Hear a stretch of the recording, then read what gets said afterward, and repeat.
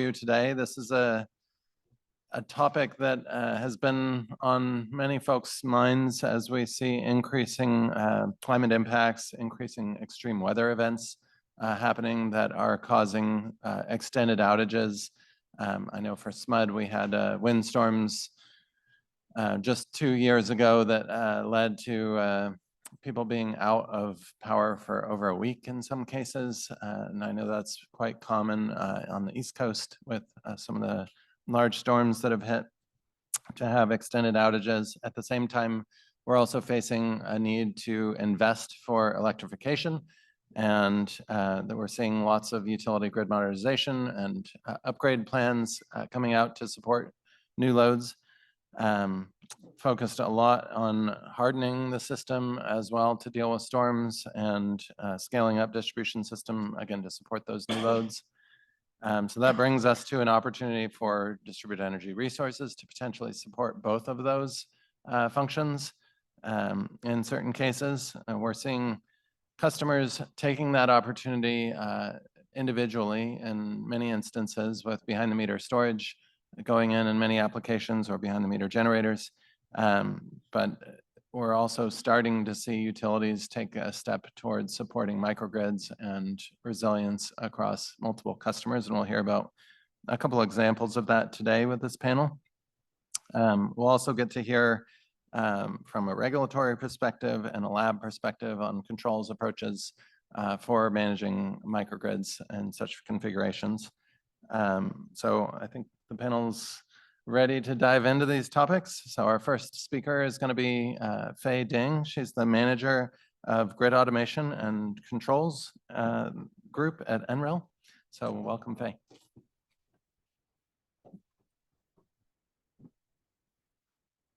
Okay. Yeah. First, thank you, Obadiah, for organizing this panel and also including me into this panel. Let me see. Yeah. So here's my presentation, which is on the improving distribution grid resilience by optimally planning and operating DRs. We have been working on this DR topic and also for resilience for a while, and there are many different ways that we can use DRs to improve grid resilience. So here in this presentation, I mainly select 3 examples that we worked with the different utilities to analyze the impact of the DERs on grid resilience, and also some of them have been deployed in the real system for field pilot work. The first one is how we can manage the behind-the-meter DERs using a hierarchical control approach to improve resilience and also reliability in net zero energy community. Net zero energy community, and I can call it the NZE community just for simplicity. They are emergent, and for these communities, one key feature is that it has a very high penetration of distributed solar. And this high penetration solar could increase voltage and also cause power quality issues.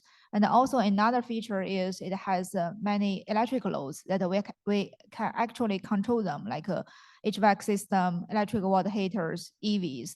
These loads can provide flexibility for the grid operators to improve their system operations. So in this project, we developed a field-proven control system that can manage the behind-the-meter DERs, including both solar, battery, and also loads altogether, and use them to address 3 different use cases, including PV self-consumption, grid reliability, mainly focusing on the voltage management, and also resilience.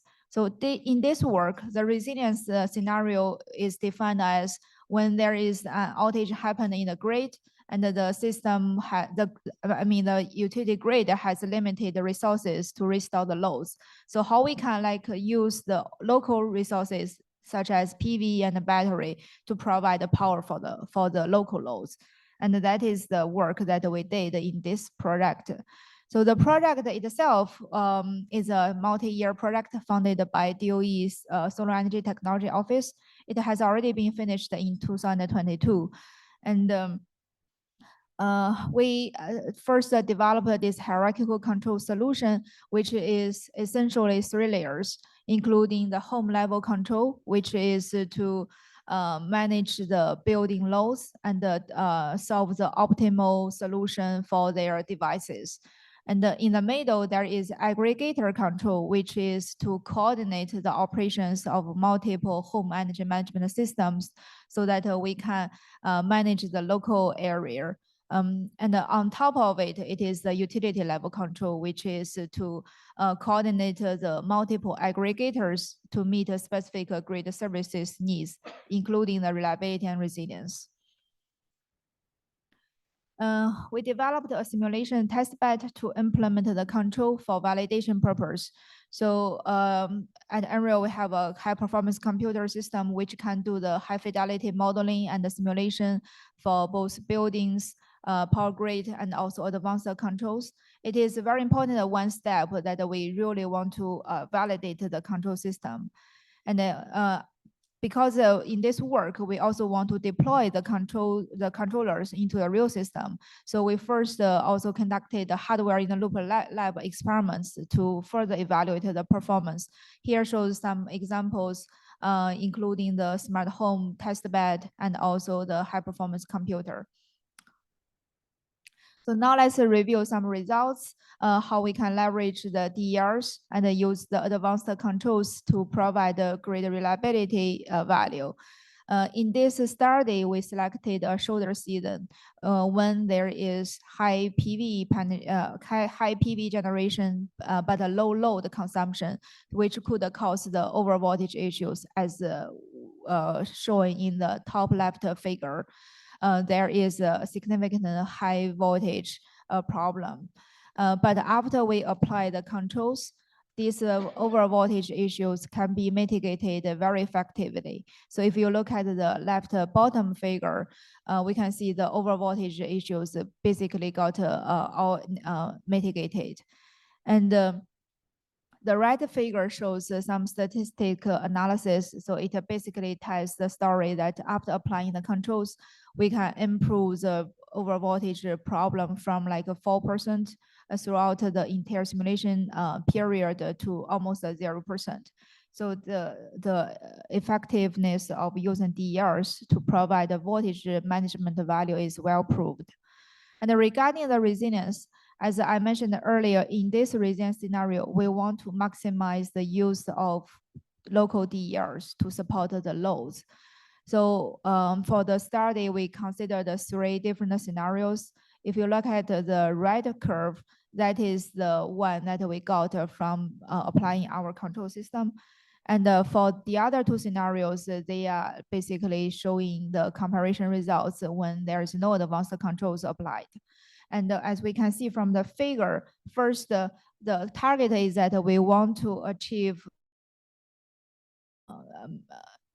net zero consumption at the point of coupling between the communities and also the utility grid. If you look at the from the top, if the last figure that shows the entire community total power, and we can see that for the most of the time, for the red curve, it is really maintained around 0, which is to meet our net zero consumption target.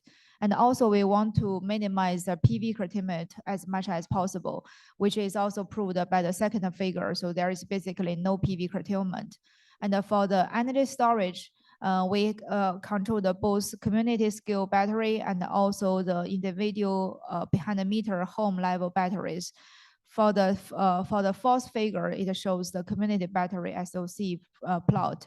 And by applying the controls, the battery is leveraged to store the power when there is high PV generation, and then it is get discharged to provide the load support when there is need.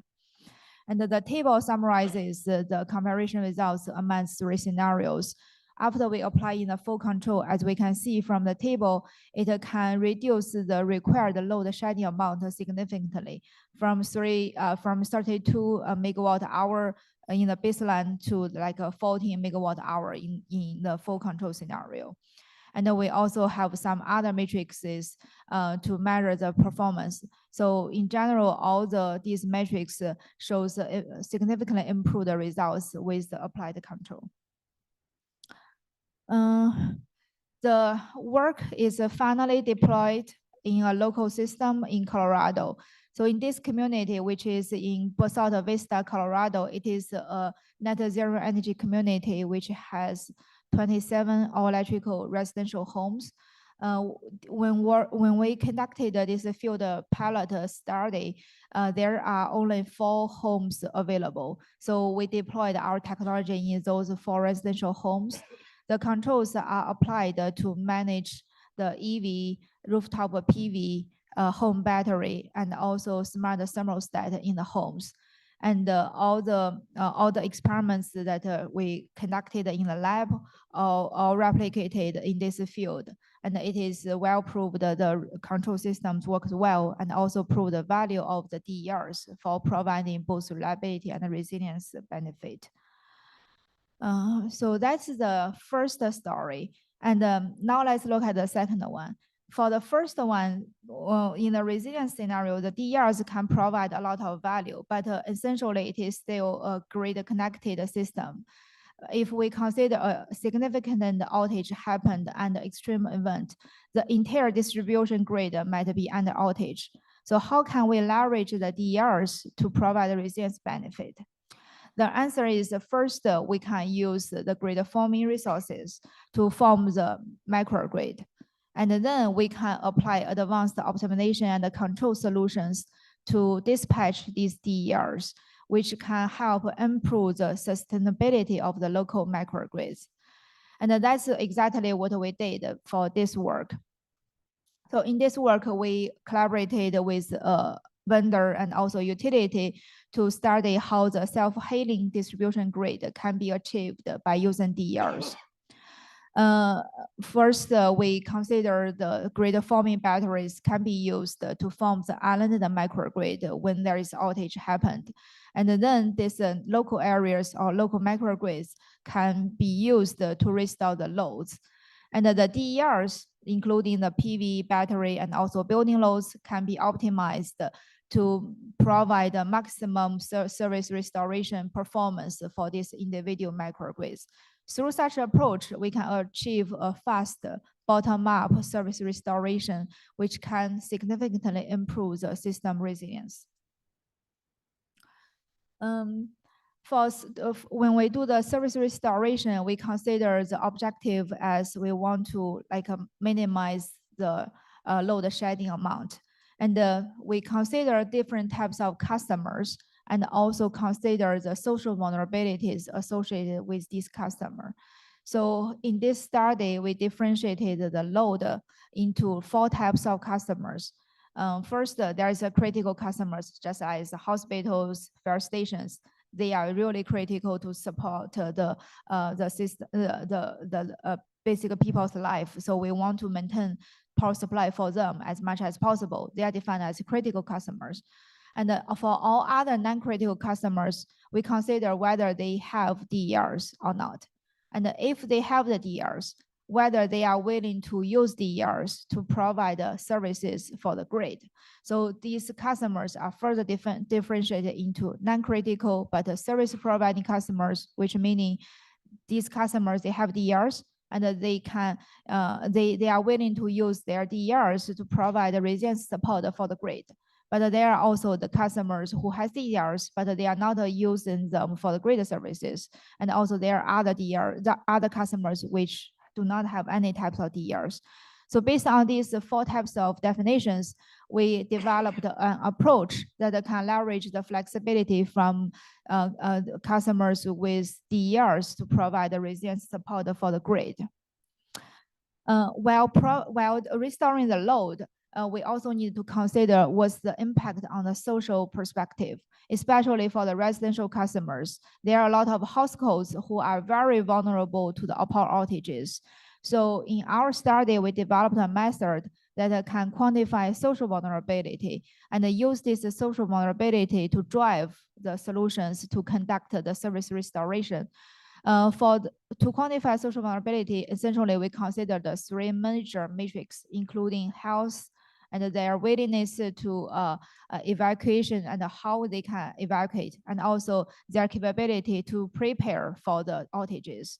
And these three major metrics also rely on a bunch of other factors, which are listed in this slide. And all the information can be acquired from public available data, like census data, to quantify this social vulnerability. So here is an example that we did for the San Francisco area. And literally, we can quantify the social vulnerability index for any area. And this social vulnerability matrix can be applied to overlay with the power grid topologies. With such information, we can understand which area of the grid is more socially vulnerable. So ideally, we want to restore the loads for these socially vulnerable areas to mitigate the social vulnerability. So based on such information, we conducted some study on this Georgia grid model, which has two distribution feeders with over 1,000 load nodes and also multiple remotely controllable switches. To demonstrate the effectiveness of using DERs to provide the resilience support, we compared the results with no DER used. So if you look at the figure has multiple curves, there are essentially two types of curves. For the blue curves, that's the results that we got by applying this DER-based technology. And the black ones and those are the baseline results that are obtained by using traditional distribution automation solution. So comparing these two results, we can see that for the table, it has the summarized results. So by applying the DERs, it can significantly improve the service restoration capability. So if you look at the table results for the critical loads, it is increased by 128%. And for other types of the customers, it is also, the improvement is also ranging from like 28% to 89%. So the value of the DERs to provide the resilience support is significant, especially when these customers who has DERs, if they are willing to provide the flexibility for the grid operators to use, the benefit will be really huge. Here shows the result for the on the social vulnerability analysis. We use the matrix called the social benefit to measure the impact. The social benefit matrix is essentially the difference in the restored power considering their social vulnerability values. So there are two groups of the results. For the left column, it shows the social benefit impact or improvement compared to the baseline when there is no advanced controls. And the right column shows the result compared to also applying the DER-based control, but we do not consider the social index. So for the social benefit, for simplicity, if you look at the color, the greener, the better. The more red, that means the worse. So if we look at the results, we can see for the high vulnerable groups, the social benefit improvement are all positive for by applying our DER-based control, considering the social vulnerability. And for the low vulnerability customers, some of them could get degraded for the social benefit, that because that is the reason caused by providing the high priority power restoration for the high vulnerable groups. But overall, if we consider all the customers in the grid, the social benefit is all improved by applying this DER-based approach. And the work is integrated with a commercial ADMS system, which is using their distribution automation technology. So here just shows some comparison results by integrating our study. We skip it. Now let's look at the last example, which is more advanced technology. So this is to conduct the reconfigurable communities. If we consider about the microgrids, they are individual microgrids. They are individual microgrids, but these microgrids can be reconnected together, which can form the networked communities and also reconfigurable communities to further improve the resilience for the entire system. So for this work, we developed the technologies that can achieve dynamically reconfigurable community microgrids. Essentially, we are targeting at two topics. So one, considering there is a distribution system, how can we partition this distribution system and plan the microgrids considering the existence of the DERs? That is for the planning purpose. And for the second one, after we define the community microgrids, how can we really operate the DERs inside these microgrids to improve the resilience? The solution is we developed the method that can organize the distribution systems into dynamically reconfigurable community microgrids that can first identify the segments of the distribution grid which are capable of operating as island and microgrids. And then we can maintain the resilient operation inside each community microgrid. Then finally, these community microgrids can be reconfigured altogether to adapt to time-variant system conditions. So the work is conducted and a project also funded by DOE CETO office. And the project itself is to develop, validate, and demonstrate, we call it a cellular community microgrid formation and optimization method. And essentially, it will achieve this resilient and stable cell microgrid. And also, we developed this distributed and adaptable cell management system to really implement the solution in a real system. First, let's define what is meant by a cell in this work.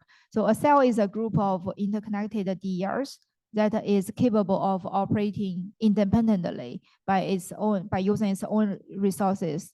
So indeed, a cell can be defined as can be considered as an island microgrid, which is capable of operating independently when there is a significant outage happened in the utility grid.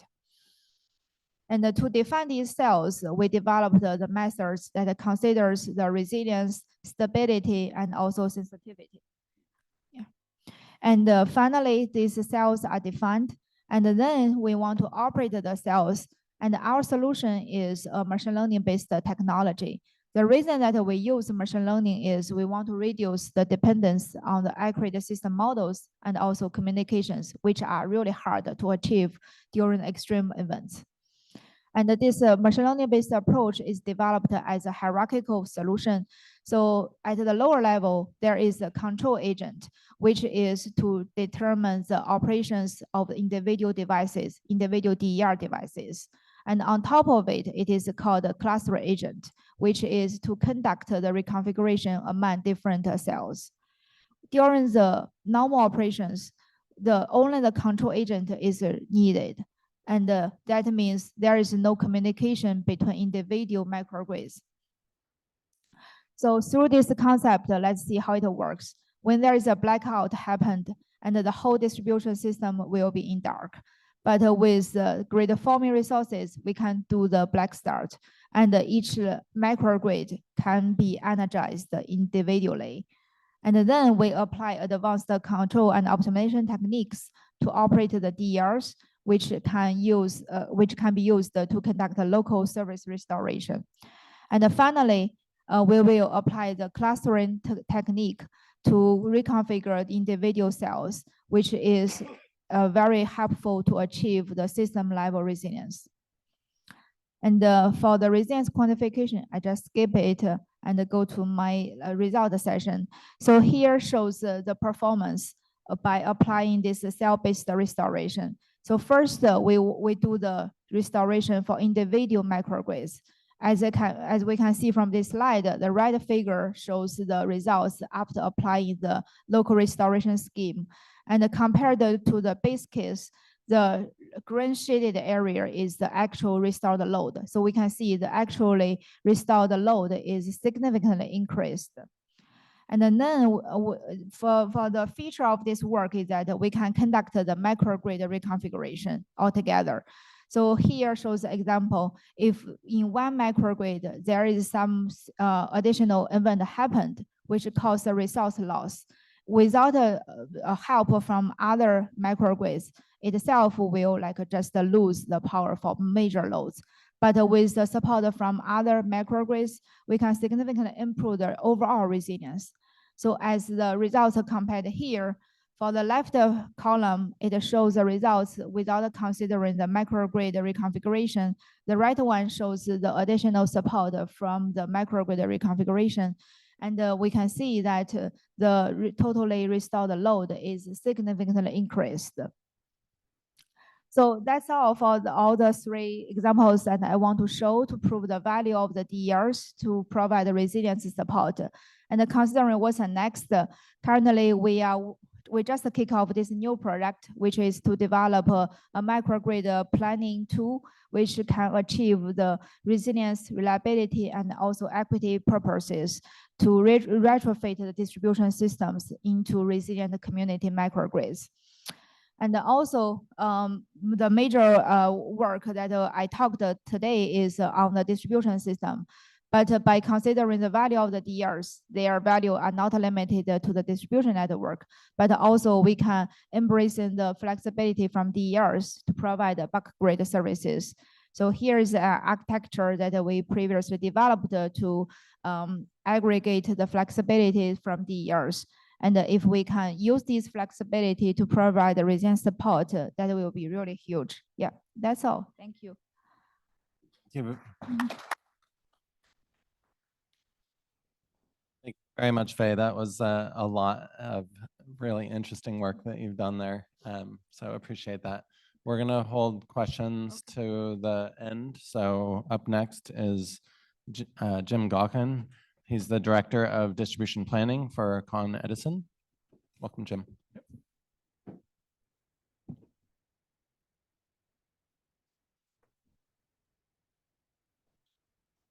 There we go. All right.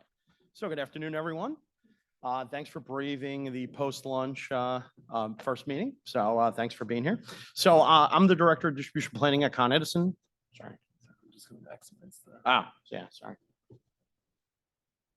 There you go. All right, that's great. No problem. So Con Edison is an investor-owned utility based in New York City. We have the 5 boroughs in New York City and Westchester County providing energy to those customers. As you can imagine, it's a very energy-dense population. About 90% of our load is supplied using a very integrated secondary mesh network. And then, the outlying areas are supplied by traditional radial non-network type systems. So I want to talk a little bit today about kind of how our positioning looking forward in the grid and really developing the need to kind of engage and move forward and kind of connect to the climate goals with New York State. All right, so we're regulated by the New York State Public Service Commission. The state has set very ambitious goals, 70% clean energy generation by 2030, 100% by 2040. We need to be prepared as a grid operator to have the grid prepared to receive those renewables, right? And that really means integrating with a lot of DERs. We're seeing a lot of penetration of renewables to meet these goals. We're seeing high load growth driven by transportation. For us, a little different than a lot of other areas of the country. We have a pretty robust mass transit system that people use. So it's not as much cars, light duty vehicles, but it's more medium and heavy duty vehicles. And we're going to see fleet electrification become pretty big pretty soon. And we need to make sure that we're reliable. So we are currently a summer peaking utility. We have been for about 60 years. And we know that's eventually going to change. We're going to see more load in the summer, and eventually we're going to see a winter peak as well. Not only will we see loads peaking in the winter and more in the summer, but our load curves will change in our networks. So to adopt to these changes, we really are interested in the role of grid flexibility. It's really important to us to help manage and maintain a very high level of reliability.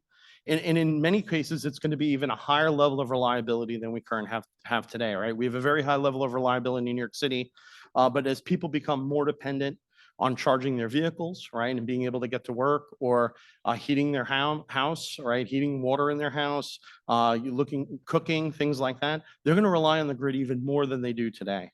And so it's important that we adopt this clean energy transition and that the transition itself is efficient, orderly, and cost-effective. So what is grid flexibility? In many ways, the definition of grid flexibility is very flexible. There's people that talk about how it's matching supply and demand. It's setting market signals.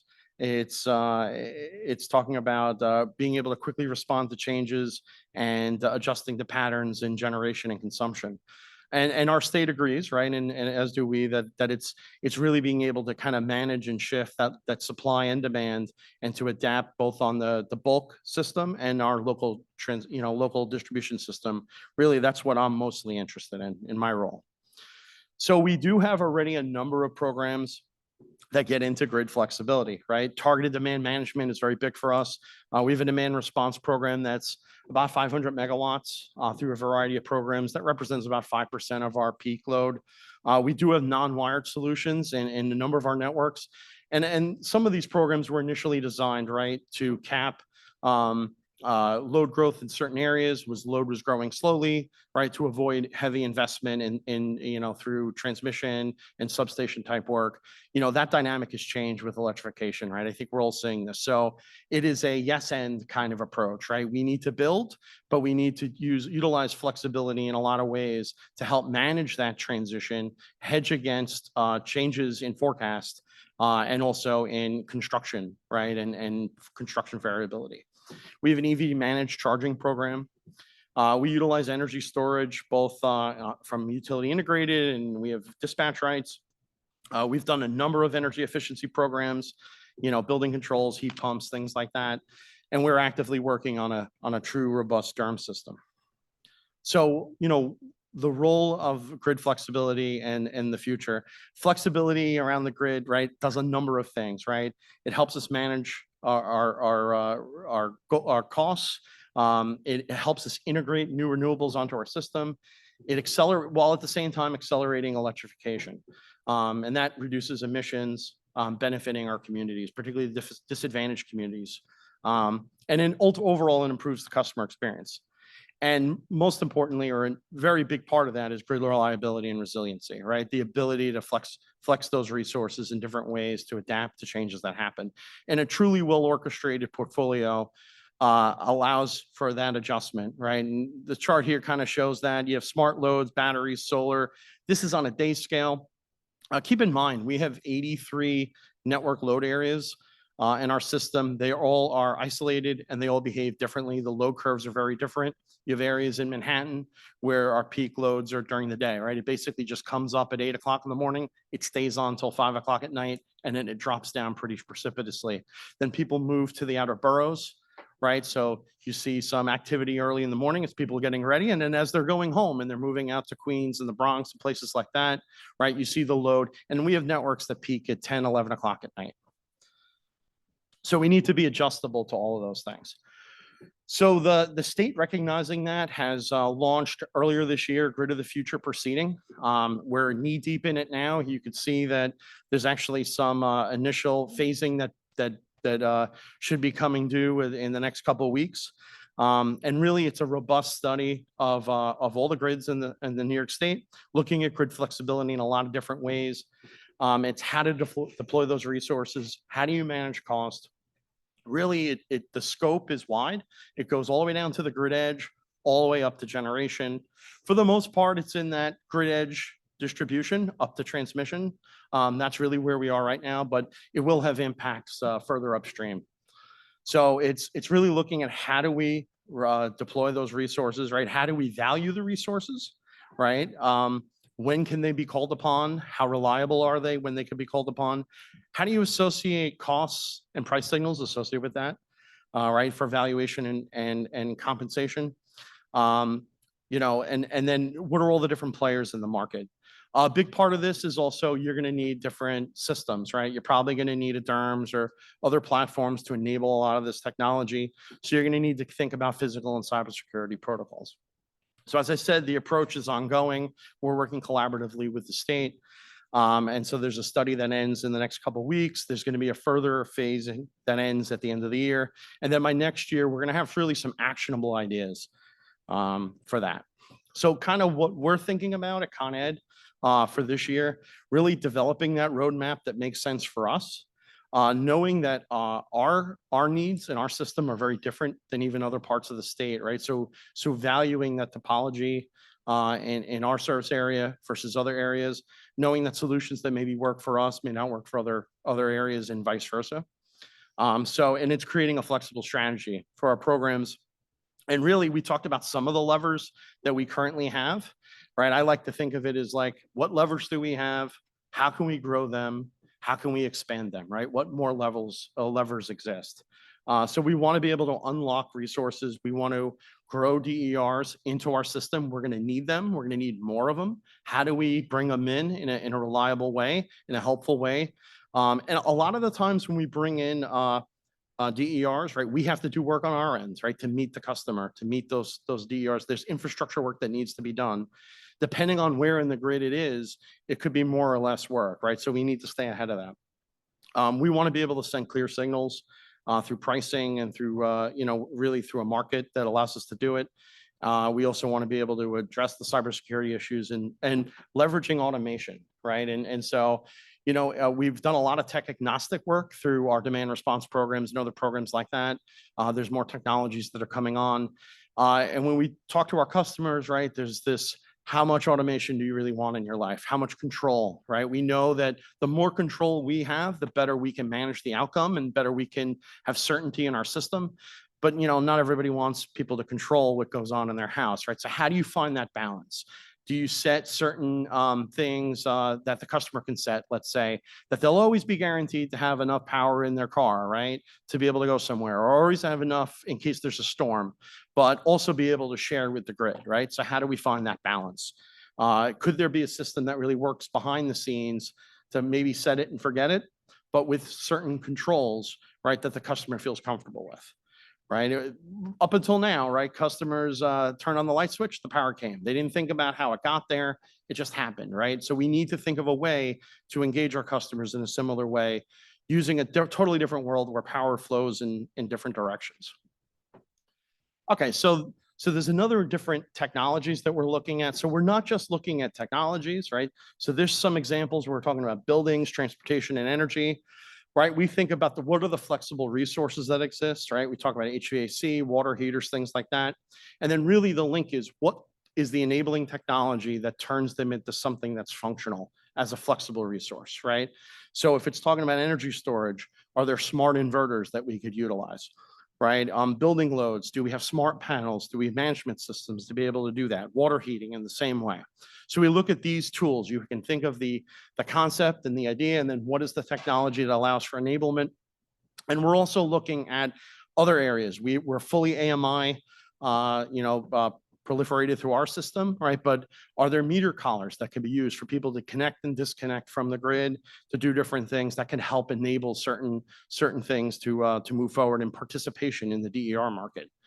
We also look at customer segments, right? So certain customers, commercial customers are typically very easy to adopt into demand response programs, right? It's really a compensation structure. They look at it as a bill management tool, and they say, hey, we can leverage demand response in certain areas, and it's part of our business model. Individual customers think of it in a different way. Do I have to physically turn down the thermostat? Do I have to set something, right? What are the pain points to do that?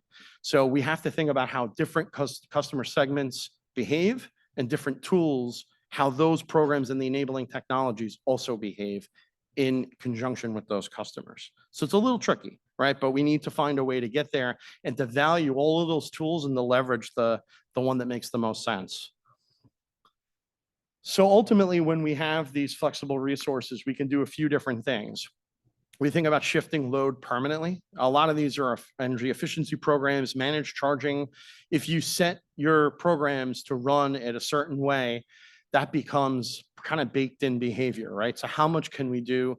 That could be done at a daily level. You're permanently shifting load different times of day. We're already seeing through our demand response programs, like super peaks, right? What we thought would be a peak in a day. And then now it's going out multiple hours. We used to think 4 hours of a window was enough for demand response. We're seeing areas that 7 hours of a peak exist, right? So you can implement a flexible demand program and actually just create a volcano effect, right? Where it peaks and then it jumps and then it jumps back up again, right? So how are the ways that we do that? Do we need to stagger some of these tools? We also talk about the short-term notice. That really is demand response in some of these other programs.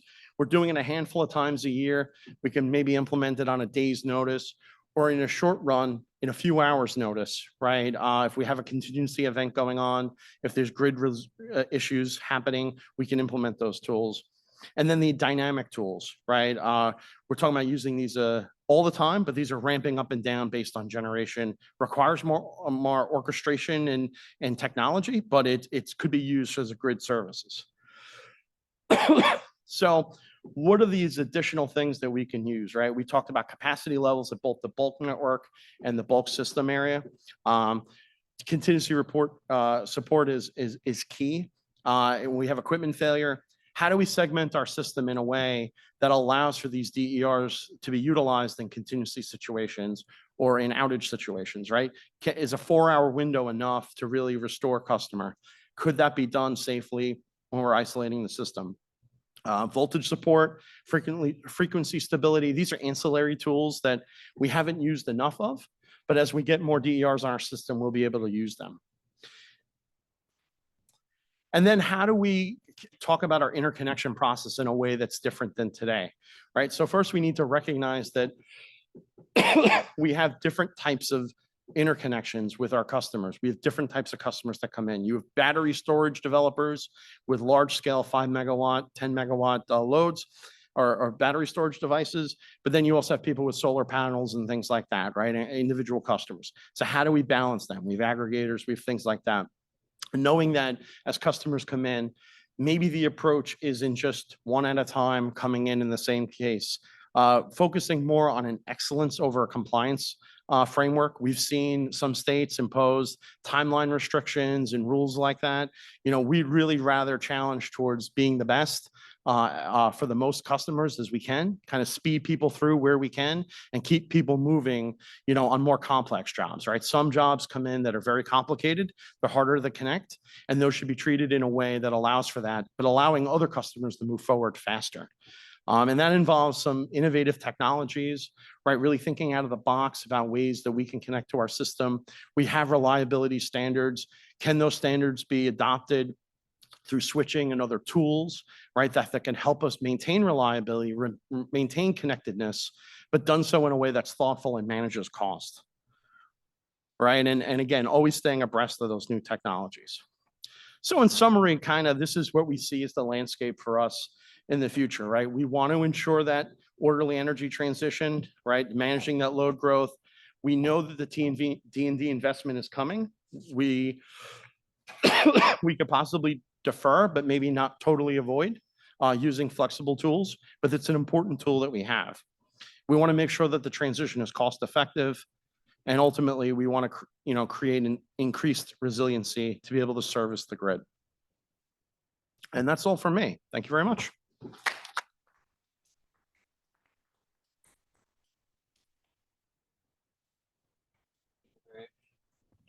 Thanks very much, Jim. That was excellent information.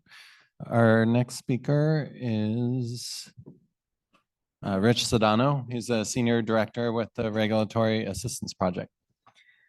Well, good afternoon, everyone. I hope everybody's feeling good about what they've just heard. It's a lot of optimism about where DERs are going and how they can serve resilience. And I'm going to talk a little bit about how resilience and distribution system planning and investment are going to potentially play out in the utility process. Before I get started, I just want to say I was a power system engineer a long time ago. I was a public service commissioner in Vermont in the 90s, and I've been at RAP for almost 24 years, which is staggering. And I also want to say that I was at an ESIG conference, or the predecessor of ESIG in Savannah, Georgia, 30 years ago. So I'm really happy to be here now. At the time, I was just exploring how PV was going to roll out in Vermont, and we've had a lot of progress since then.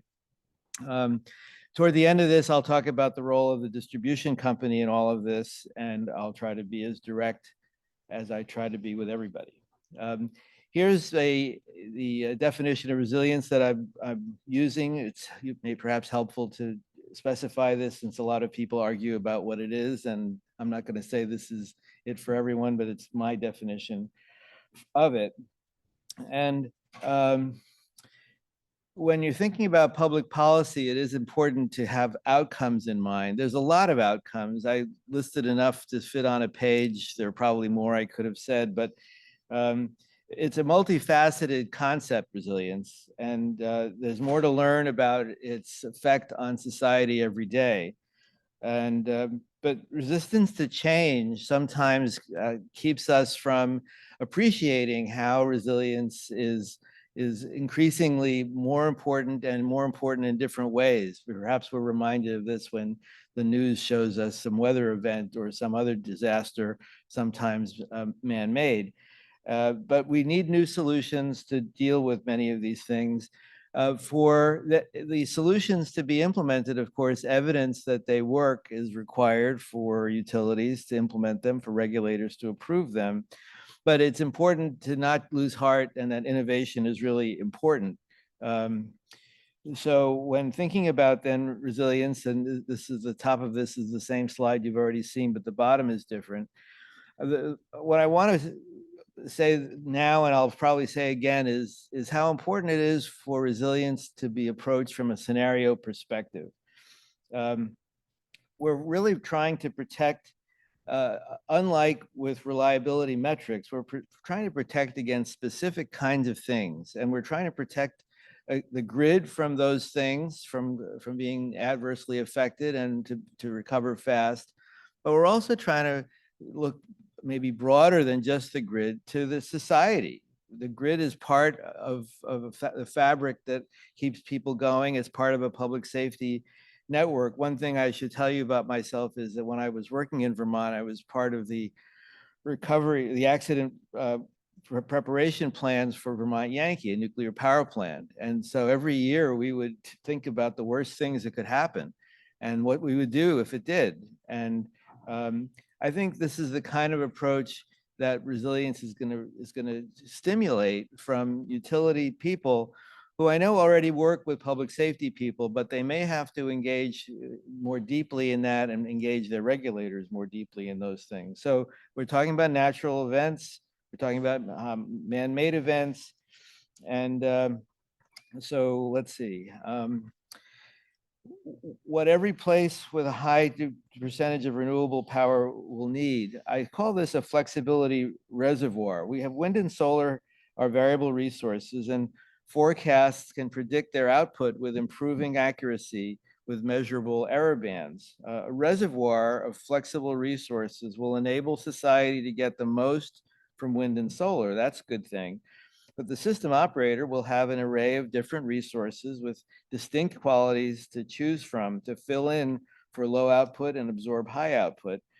And if grid-based greenhouse gases moving towards zero is a priority, then cycling fossil fuel generators, which is the significant source of flexibility today, cycling those towards zero, or at least a smaller share in future years, is going to become important.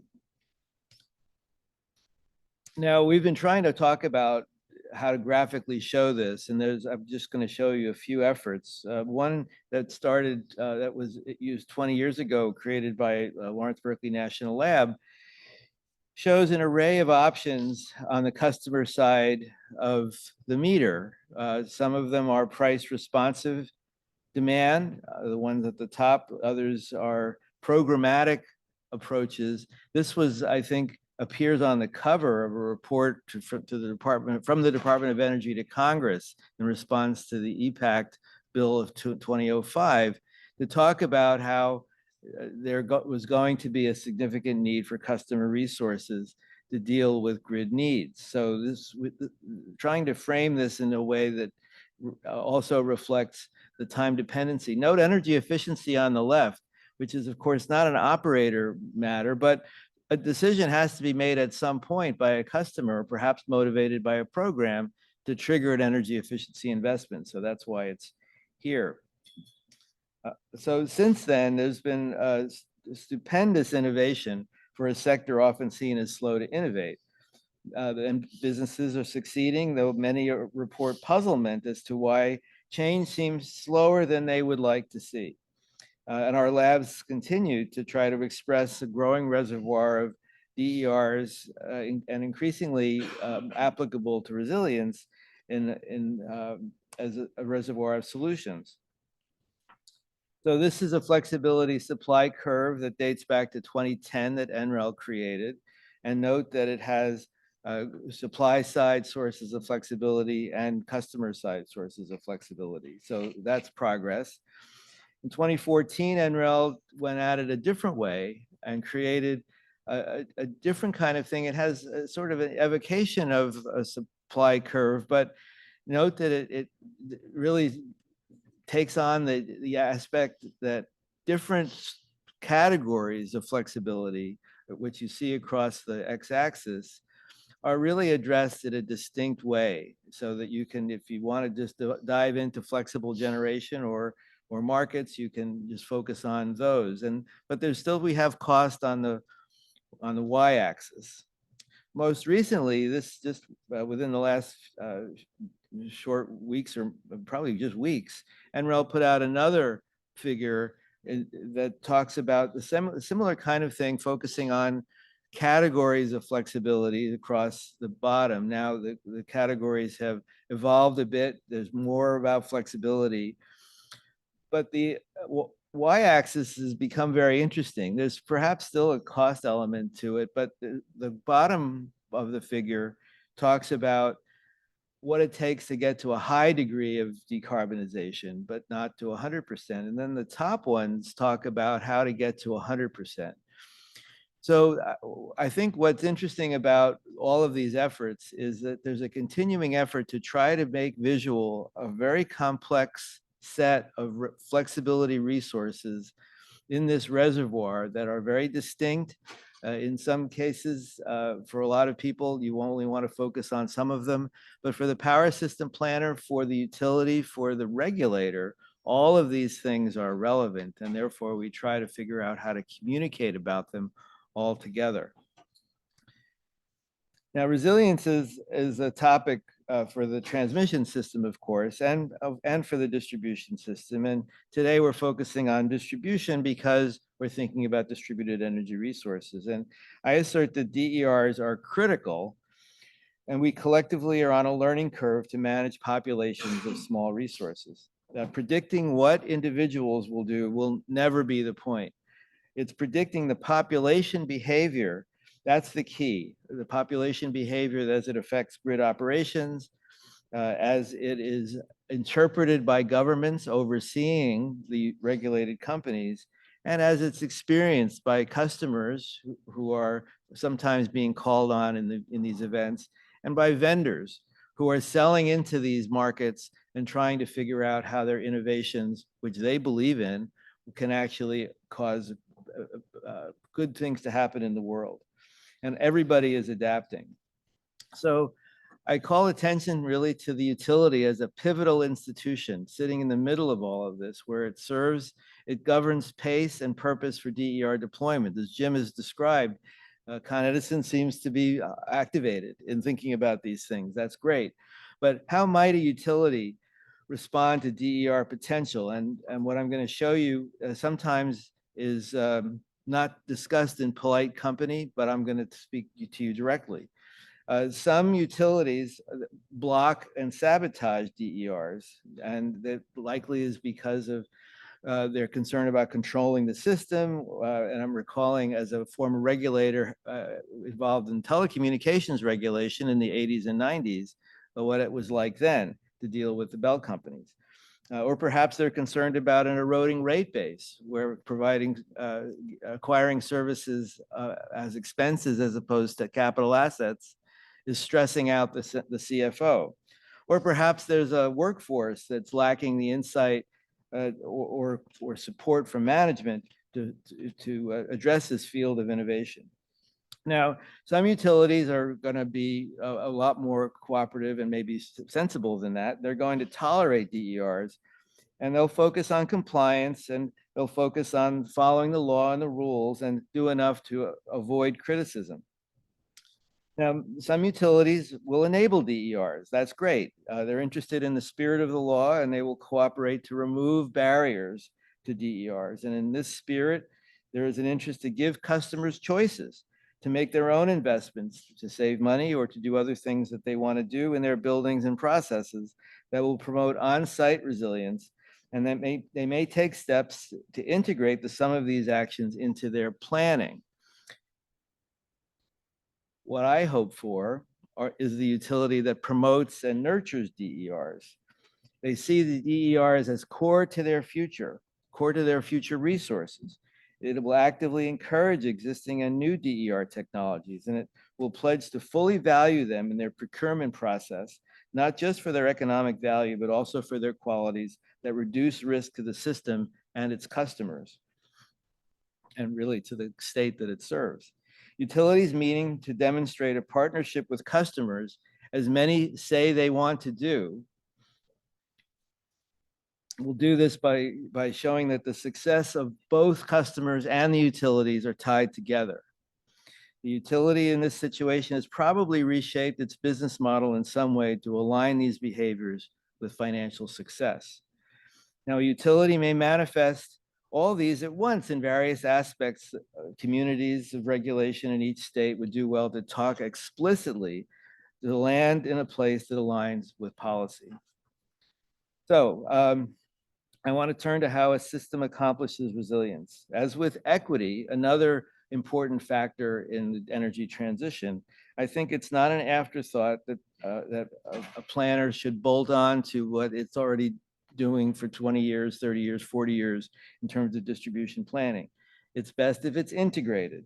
So we can recognize that pieces that help manage variable resource outputs can also have a role in resilience at the same time. This is especially important as we consider resource procurement, which ought to be an output of planning. Now, economic efficiency is important. In utility regulation, there is at least an objective to create economic efficiency. In many places, maybe in most places, there is conflict between what we say we want and the economic signals that we send to customers, the economic signals that we send to utilities, the economic signals that we send to vendors and markets out in the world. Yet, we should consider a continuous improvement approach, and to the extent that resilience is a motivator for that, great. In looking at this list, it's an aspirational list in some ways. I see a lot where we can improve. There has been talk about changing the role of the utility in the onset of the energy transition, to think about utility as a provider of value-added services. Some say we should contain the monopoly, but others say, well, the utility is such a powerful force in society, we should mobilize it to drive services that are important out into the world. So what would a utility promoting and nurturing DERs and integrating resilience and distribution planning do differently? One direction would be to look for ways to deliver value-added services to customers, subdivisions, communities, whoever can manage to be a decision maker on the customer side of the meter. Another direction would position a delivery company as a platform, connecting customers and innovating vendors, enabling and operating markets. And as Jim will perhaps remember, this was one of the animating ideas that never made it to the finish line in the Reforming the Energy Vision process that is now several years old in New York, but the idea of a platform still persists in the conversation. So bringing it back to resilience, resilience is a societal objective. It's not just a grid objective. Engaging with the public safety apparatus is essential. And together, the utility, and of course, the utility is already talking to public safety people about a lot of things, but how much of that information is actually getting into the regulatory process? I would say almost none. And yet we want investments that are going to motivate outcomes in the world, resilience-oriented investments that need to come through the public utility process. There needs to be some way of connecting those things together. So and connecting that to resource acquisition, not just in planning. So naturally evolving customers and options will offer some new resilience resources and resources and challenges. So a key takeaway that I want to leave you with is that distributed energy resources are a principal instrument for grid resilience and thus societal resilience, and public service companies can lead in their efficient deployment with guidance from government. Thank you.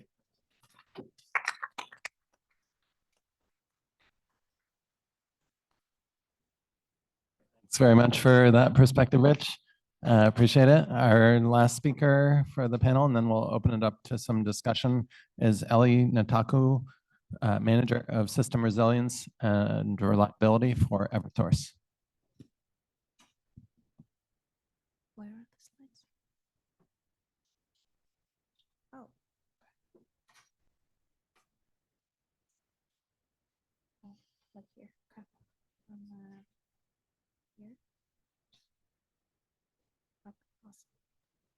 Hello, everyone. It's my first EC conference, so I'm glad to be here. My previous panel that I was listening in had lots of questions, so I'll try to go through my slides quickly so we can have a discussion at the end. I know a lot of things were said.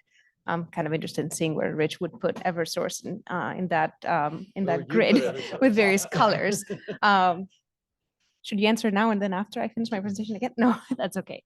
So Eversource, I lead reliability and resiliency planning at Eversource. Eversource operates in New England and serves customers in Massachusetts, New Hampshire, and Connecticut with water, gas, and electric service, and wants to do it in a safe, reliable, and sustainable way. I'll start by focusing on this graph, which I find to be really powerful and has 40 years worth of data, shows major events in the Eversource territory. And on the vertical axis is locations that required work. So I guess you're realizing what is the concept of reliability and resiliency from the Eversource perspective or my perspective and my work's perspective. It's about deliverability. So it's about the ability to push power and not have interruptions during a normal day like today, where something could happen, like a vehicle could strike a pole and we could have an interruption of service, or it could be a major storm where rain, wind bring wires down, trees fall on the wires, etc. But here again, major events. And for those of you that live in the New England area, maybe you remember Irene, Sandy, and Isaias in 2020. Based on this data, and the numbers that you see here, Delta 7, 8, and 9 is the percent of work locations brought by from each of these storms.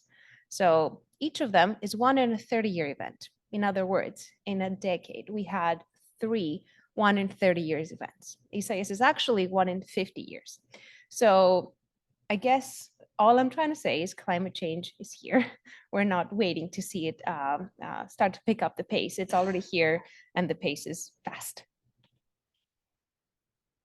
But before I move on, I want to set the stage of how do we think about resiliency and resiliency planning at Eversource. One important element of our work is we really want to do advanced analytics works and go back and look at all of our historical outages and find grid vulnerabilities. What goes out time and time again? What costs us a lot of customer minutes of interruptions because it affects a lot of customers or because it's an area that will be out for a really long time. Now, we also want to make sure we don't leave any part of our grid or any communities behind. That goes back to what Rich mentioned about resiliency being a societal goal. And we do that 2 ways. One way is we have sort of minimum standards, right? So in my example of what could be an interruption, a vehicle strike on a pole on a nice day or a pole going down in a storm, no matter what, when we replace a pole, we do that with resilient, with standards that represent minimum levels of resiliency that we want to have in our grid. We also look forward and have climate change projections. We looked at the relevant hazards for the New England area and have projections in 2050 and 2080 of how these hazards look and how do we understand they will impact our assets and what can we do right now to hedge against those hazards. Going back to resiliency being something that society cares about, another important element is stakeholder engagement. So what we really want to do is bring together all of the communities. A great example is the city of Boston. So the city itself organizes stakeholder meetings where we talk about what solutions can solve multiple problems at the same time with minimum costs. And Boston is a coastal city. Eversource has a lot of coastal infrastructure. So what are anti-flooding solutions that could protect Eversource assets, residential homes, state buildings, commercial and industrial facilities, everything that is in that area. And so we do have a lot of tools, mostly internal tools that are bespoke to our needs that try to work through our obligation as a utility for safe, reliable service at a cost, with a cost efficiency mindset. So utilities typically use 4 interruptions for delivering power, various metrics. For resiliency, they're not well defined. So in what follows, I'll focus on sort of customers interrupted, durations of outages, and what we call all-in SAIDI. It's a metric that has that shows the duration, the average duration of an interruption, 24/7, including potential major events. So we have a lot of lots of tools to understand what's cost efficient to do in our system, including DERs and non-wires alternatives. So here is kind of a snapshot and a very brief overview of the types of inputs that are considered in our non-wires alternatives tool that compares non-wire solutions with other alternatives and understand which one is more cost efficient for us to move forward with. And I'll gradually sort of move towards an implementation, a real life example. Here is what would be sort of the last stage of some of our models that try to plan for cost-efficient solutions. So this is a resiliency plan for one of our territories. And if you see the horizontal axis, that's cumulative cost, which goes to about $1.5 billion. And the vertical axis is the improvement in that metric of duration of interruptions, again, 24/7 with major interruptions. And what you see here based on that shape is essentially we have some projects that represent low-hanging fruit. We essentially make a dent in that metric. We improve it with smaller relative cost. And then this behavior sort of stops relatively soon. And this shape of a curve is pretty common, applying this methodology to various other territories. And so it shows that at some point you need to stop. This is kind of a diminishing returns example, which is pretty common. So in our example here, we sort of decided to stop at around 150. So we get basically 2 times the cost efficiency by stopping at 10 times less cost than the whole program. And so I'll stop talking about the tools and actually move on to showing you a real life example that we have in our territory. And it's actually a great example to talk about. It's our Provincetown battery storage microgrid. Well, first of all, because batteries that can automatically isolate and form a microgrid, that's not very common. There haven't been too many cases that have been actually deployed and operating. And second, 2023, that was one of the first years of operation of this battery, is actually a great year for resiliency solutions. It's a bad year because we had major storms, but those are the years where resiliency solutions show up as useful. There's the very well-known sort of concept for cost recovery of regulated utilities, used and useful, which is difficult for resiliency investments because, well, hopefully we won't get major storms every year. So resiliency investments won't look good every year if we take a limited data set and just look at that. Third reason why this is great is because it just got a DOE award of about $20 million to augment the battery through controlling customer-owned devices and extending the length of time it could cover the local loads. So what you'll see here is we have our two stations in Orleans and Wellfleet. And because of the geography, this is a very linear system. So if we lose one of the lines that connect the stations, we lose all the downstream loads. So the idea of a battery in Provincetown is essentially a second feed. It's backfeeding the potential lines that could go out. I won't go through all of these technical details, but it's 25 megawatts, 38 megawatt hours, so a little bit higher size than the previous examples. And I'll quickly walk through the events. And like I said, 2023 is a good year in terms of seeing the benefits of such an investment. It actually exceeded our expectations, showing 91% reduction of SAIDI. Our projections were closer to 80%. So in May, we actually had a fault close to the station without the battery. Every customer downstream would have been out.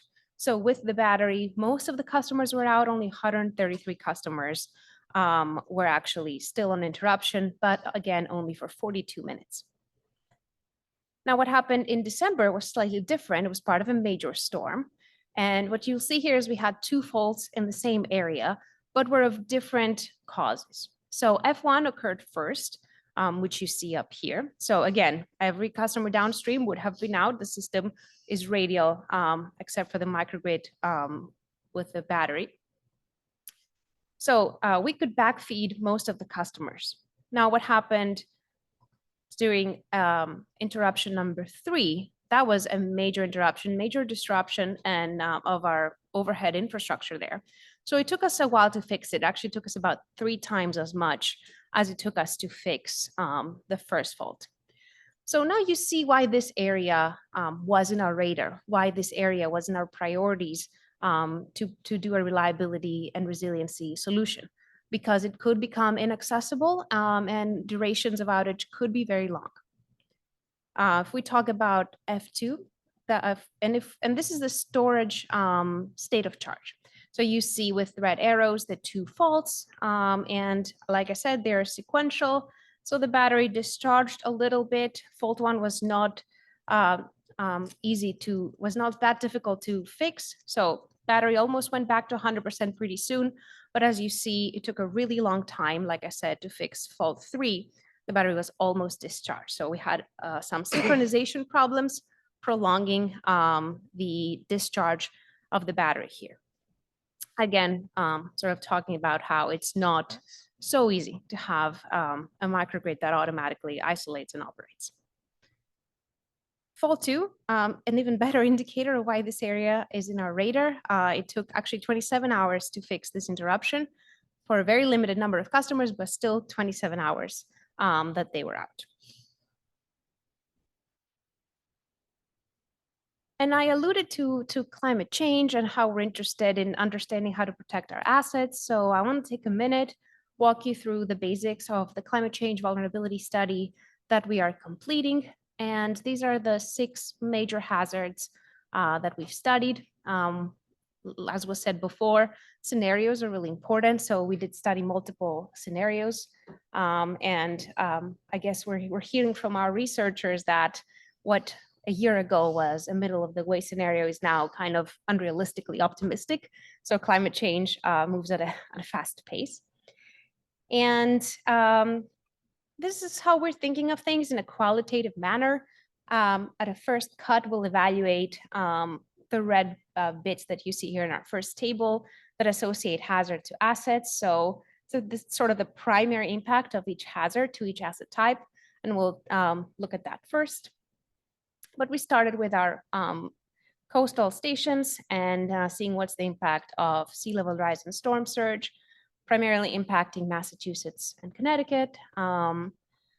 But we have our elevation standards in place, so we're seeing how can we use them? Do they cover us, or do we need to change them for our new stations? And what can we do to protect our existing stations? With that, I'm going to stop here. And since I'm last, I guess I would really like to talk about DER ownership and control, and the concepts of performance-based regulation that were brought up before, the differing perspectives of what is reliability from the market, from the utility, and how can we ensure a holistic improvement in the customer experience in an environment of non-vertically integrated utilities.